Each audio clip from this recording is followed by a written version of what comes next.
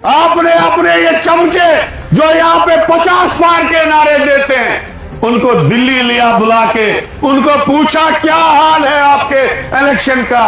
उन्होंने कहा जनाब ये 50 पार हम मुंह से बोलते हैं, अंदर से हमारी तबाही हो चुकी है, हमसे लोग भाग गए हैं। क्यों भागे हैं? कि यहाँ पे जो 75 साल में प्रॉपर्टी टैक्स नहीं लगा वो इन लोगों ने लगाया। मैं आज अमित शाह जी को पूछना चाहता हूं, यही आपने बेरोजगारी खत्म की कि हमारी रियासत पहले 16वें नंबर पे बेरोजगारी में थी, आज नंबर 1 पे पहुंचा दी है तुम लोगों। हिंदुस्तान की किसी दूसरी रियासत को गुजरात को लेके आप यूटी बना के देखो, फिर आपको पता चलेगा कि आपको लोग किस तरीके से जवाब देंगे, किस तरीके से आपका 100 साल उन रियासतों में घास तक नहीं चढ़ेगा। ये चेतावनी है इस मरकजी सरकार को। अगर आपने हमारे हकूक बहाल नहीं किए, अगर आपने हमारी रियासत बहाल नहीं की, अगर आपने इन स्मार्ट मीटर को उखाड़ के नहीं फेंका, अगर आपने इस प्रॉपर्टी टैक्स को विड्रॉ नहीं किया, आपके खिलाफ लोगों का सैलाब निकलेगा, फिर आप अपनी किश्ती नहीं बचा पाओगे। खबरदार है, ये शुरुआत है, इसके बाद सेक्रेटरीट के भी घेराव होंगे, इसके बाद गवर्नर हाउस के भी घेराव होंगे, इसके बाद प्राइम मिनिस्टर हाउस का भी घेराव होगा।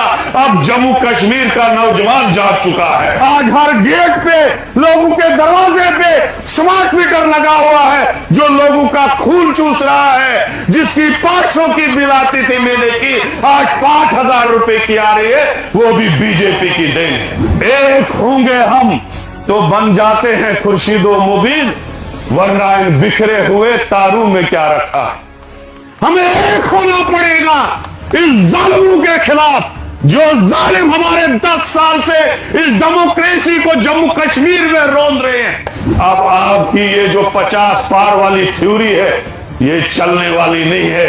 आपकी जो थ्योरी हिंदू मुसलमान को लड़ाने वाली है, कम्युनल पंगे कराने वाली है, ये भी लोगों को पता चल चुका है। तुम्हारे चेहरे लोगों ने देखे हैं, ये भी अब चलने वाला नहीं। तो हमारा मुद्दा एक ही है, वो ये है कि जम्मू कश्मीर की जो इज्जत है, जो सम्मान है, जो लोगों के राइट है, जो राइट हमको कॉन्स्टिट्यूशन ने दिए, जो राइट हमको डेमोक्रेसी ने दिए, वो राइट जो हमारे छीने गए हैं, उन राइट्स को बहाल करने के लिए आज तमाम हिंदू, मुस्लिम, सिख, ईसाई, जितने भी तबकों के लोग, चाहे वो गुजर तबके से हो, क्रिश्चियन हो, सिख हो और पहाड़ी हो, हर तबके से, जम्मू से और कश्मीर से यहां पे शामिल हुए।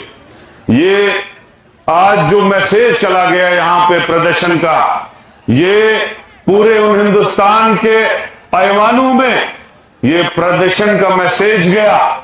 उन लोगों को हम आज इस प्रोटेस्ट से बताना चाहते हैं कि जो आप हमारे इत्तेहाद को, जो हमारा इत्तेहाद, जो गुलदस्ता हमारे महाराजा के वक्त में जम्मू कश्मीर था, जिस वक्त हिंदू, मुसलमान, सिख, ईसाई एक ही लीडरशिप के अंडर पुरअमन तरीके से चलते थे, जो आप हमेशा इस गुलदस्ते को, इस हिंदू मुसलमान भाईचारे को अपने सियासी मफाद के लिए, अपने वोट के मफाद के लिए तोड़ना चाहते हो, उस भाईचारे को जो खत्म करना चाहते हो, आज के इस प्रदर्शन से आपको मैसेज मिला होगा कि आज हम सारे लोग कटे हैं, आपके जुल्म के खिलाफ कटे हैं। जो आपने इस हिस्टोरिकल स्टेट जम्मू कश्मीर की रियासत को तबाह और बर्बाद किया, इस हिस्टोरिकल रियासत को आज तक 75 साल में हिंदुस्तान के आईन में, हिंदुस्तान की हिस्ट्री में ऐसा कोई मिसाल आपको नहीं मिलेगा कि जब हमारी जो किसी भी रियासत को यूटी नहीं बनाया गया। ये हमारी रियासत उन रियासतों में शामिल है, जब हिंदुस्तान में कुछ रियासतें ही हुआ करती थी तब हमारी रियासत का वजूद था। लेकिन बीजेपी ने एक चाल खेल के यहां की डेमोक्रेसी को बर्बाद किया, यहां कॉन्स्टिट्यूशन रोंदा गया और यहां की स्टेट को यूटी बनाया गया। आज सड़कों पे हमारे लोग मजबूर है उतरने के लिए। कभी नहीं 70 साल में ऐसा हुआ कि अपोजिशन पार्टियां धरना देने पे मजबूर हो गई। आज जब पानी सर के ऊपर से हुआ, जब हमें पता चला कि नवंबर में 2023 नवंबर में 10वां साल होने लगा, 14 नवंबर 2014 में इलेक्शन हुआ है जिसमें मैंने भी इलेक्शन लड़ा था, और आज 2023 नवंबर में 10वां साल चढ़ेगा। क्या यही डेमोक्रेसी है? यही मैं बीजेपी और मोदी जी को कहना चाहता हूं कि एक हिंदुस्तान के किसी दूसरी रियासत में 2 महीने आप इलेक्शन डेफर करके देखो। हिंदुस्तान की किसी दूसरी रियासत को, गुजरात को लेके आप यूटी बना के देखो, फिर आपको पता चलेगा कि आपको लोग किस तरीके से जवाब देंगे, किस तरीके से आपका 100 साल उन रियासतों में घास तक नहीं चढ़ेगा। आपको लोग जवाब देंगे। अभी आपने करगिल का इलेक्शन किया, हम खुद परेशान थे कि आप इलेक्शन क्यों नहीं कराते हैं J&K, लेकिन हमें पता चला कि आपकी एजेंसियों ने आपको रिपोर्ट दी कि आप असेंबली नहीं, पार्लियामेंट भी नहीं, आप तो म्युनिसिपल इलेक्शन में भी दूर दूर तक कहीं नजर नहीं आ रहे हो। आपने अपने ये चमचे जो यहां पे 50 पार के नारे देते हैं, उनको दिल्ली लिया बुला के, उनको पूछा क्या हाल है आपके इलेक्शन का। उन्होंने कहा जनाब ये 50 पार हम मुंह से बोलते हैं, अंदर से हमारी तबाही हो चुकी है, हमसे लोग भाग गए हैं। क्यों भागे हैं? कि यहां पे जो 75 साल में प्रॉपर्टी टैक्स नहीं लगा वो इन लोगों ने लगाया। आज हर गेट पे, लोगों के दरवाजे पे स्मार्ट मीटर लगा हुआ है जो लोगों का खून चूस रहा है। जिसकी 500 की बिल आती थी महीने की, आज 5000 रुपए की आ रही है, वो भी बीजेपी की देन है।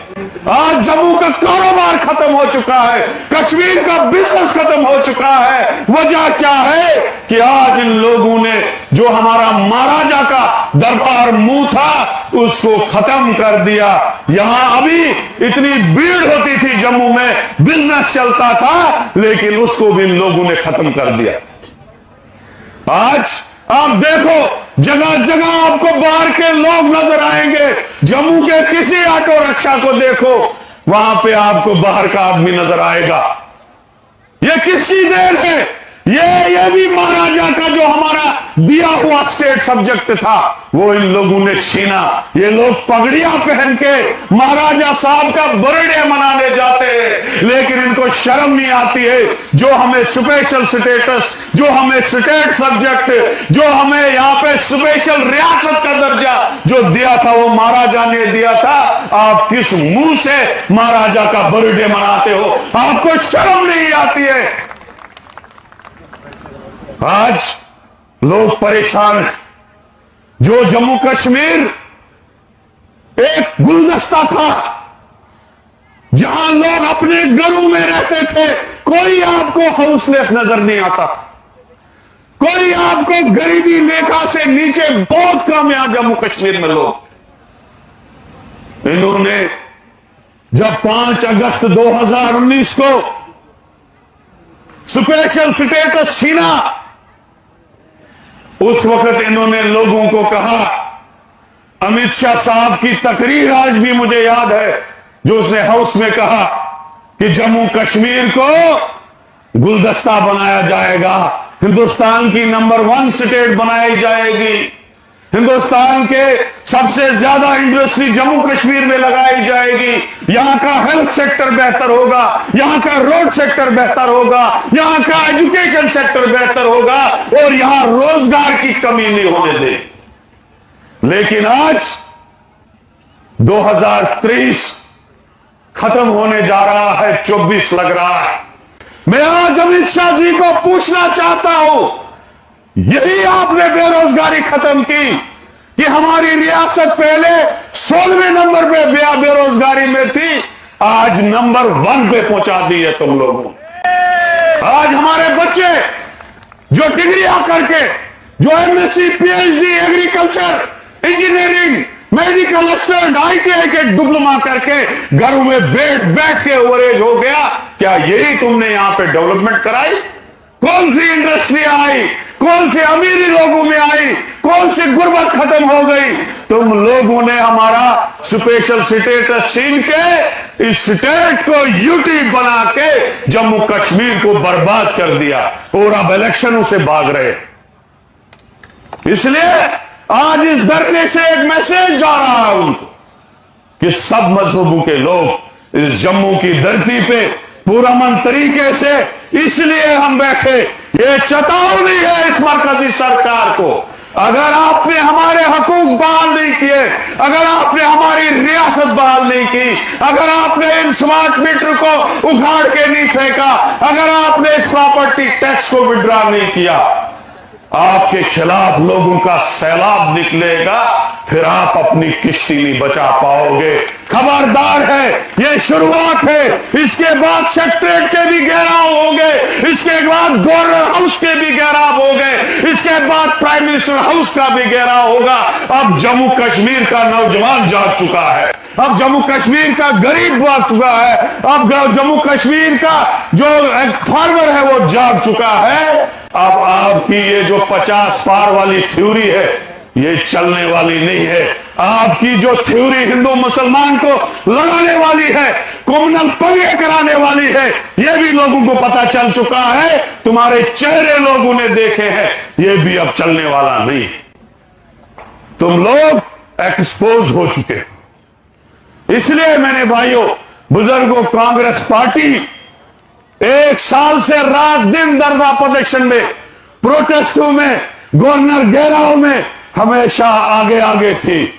और जब आप लोग हमसे हमारे साथ जुड़े, मैंने पीडीपी के भी प्रोटेस्ट देखे, हमारे शिवसेना के भी प्रोटेस्ट देखे, नेशनल कॉन्फ्रेंस और बाकी पार्टियों के भी प्रोटेस्ट देखे, लेकिन एक शायर है अल्लामा इकबाल का, एक होंगे हम तो बन जाते हैं खुर्शीदो मुबीन, वरना इन बिखरे हुए तारों में क्या रखा है।